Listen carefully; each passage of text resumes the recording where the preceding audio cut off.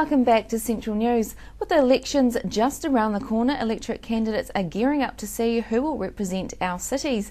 Tauranga candidate for New Zealand Democrats, Katherine Ransom, talks to Central News about the election. Welcome to the show, Katherine. Thank you. Now, smaller parties aren't necessarily that well known. Can you tell us a bit about New Zealand Democrats?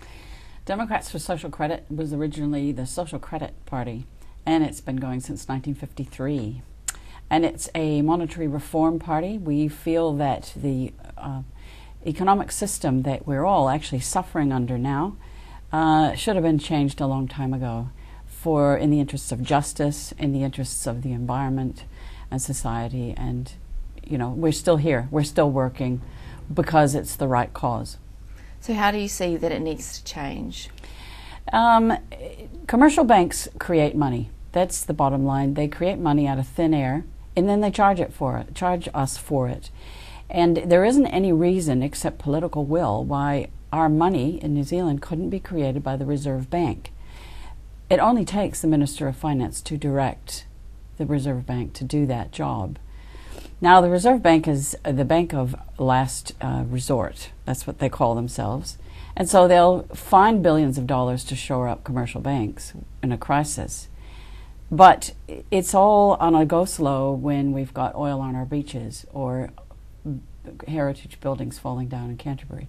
So not to mention the sharp rise in the working poor, in beneficiaries, in child poverty.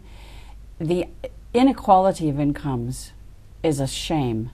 It's a shame that didn't used to be 30 years ago. And that is something I'm fighting against.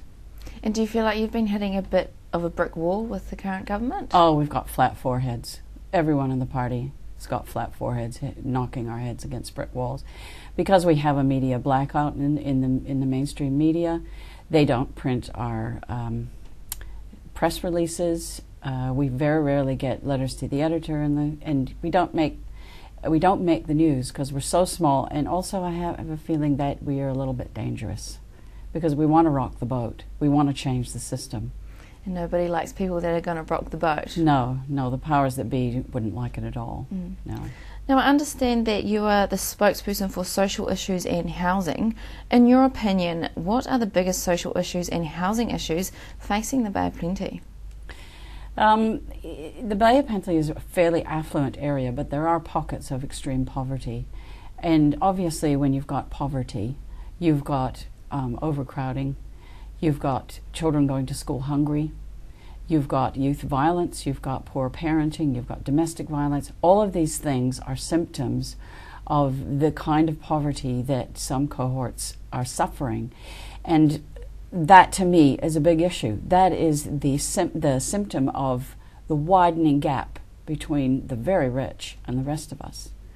And, you know, it makes me so angry because it's not fair, and it also makes it much harder for everyone to manage. Small businesses don't thrive because there's so many people that don't have any money, and the only people who are winning are the big corporates and the speculators. Yeah. So given the chance to make a change, what would you do? I would, if our party was in government, we would stop borrowing from overseas, and we would direct the Reserve Bank to provide funding for public works, for infrastructure, for local councils, so that rates would come down, for people to own their own homes, their first homeowners. All sorts of things right across the board. We would even look at a universal basic income so that everyone can come off welfare, so that there are no welfare traps, and so that people are more equal to start out with. And then the only thing is talent, and not who you know or how much you own. Is it as easy as that, though, just getting the Reserve Bank to come in? It is that simple, but of course the power rests with the people who create the money, and that's the commercial banks and the people they support, the corporates and the big players, and the people who make huge amounts of money trading money. That's the easiest way to make money, is to trade money. not invest in small business or even medium business, but trading money, money making money, which makes nothing. People can't eat money. So, but in trading money in terms of the economic market in overseas in the world market, is that not a risky venture? Not as risky as investing in a dairy or a sewing shop or a furniture shop. It's not as risky. The lowest risk is investing in water or power, because everyone needs it and we can't stop using it. So we're all caught. We all have to pay the price of a corporate ownership of those things. But you can make billions of dollars a second buying and selling currencies that go up and down.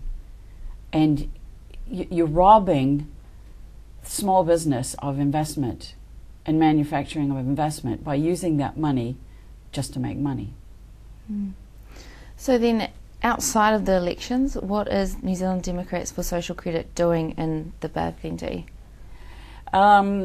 Not a lot. It's such a small party that there are only a handful of members, and so we really just try and get the voice there. Try and keep writing the letters to the editors and sending out the press releases that don't get printed. We do a lot of work online. We've got a website and we've got a Facebook page, and I try really hard to connect with people who are concerned, who are beginning to wake up. People are beginning to wake up. There's a lot of other parties who realize, smaller parties who realize that there's something wrong with the financial system. There's something deeply wrong with the financial system. Excellent. Well, thank you so much for your time today. Thank you. The elections are creeping closer. Time to think about who you are going to vote for. After the break, we hear from the people of Young Workers about voting for youth.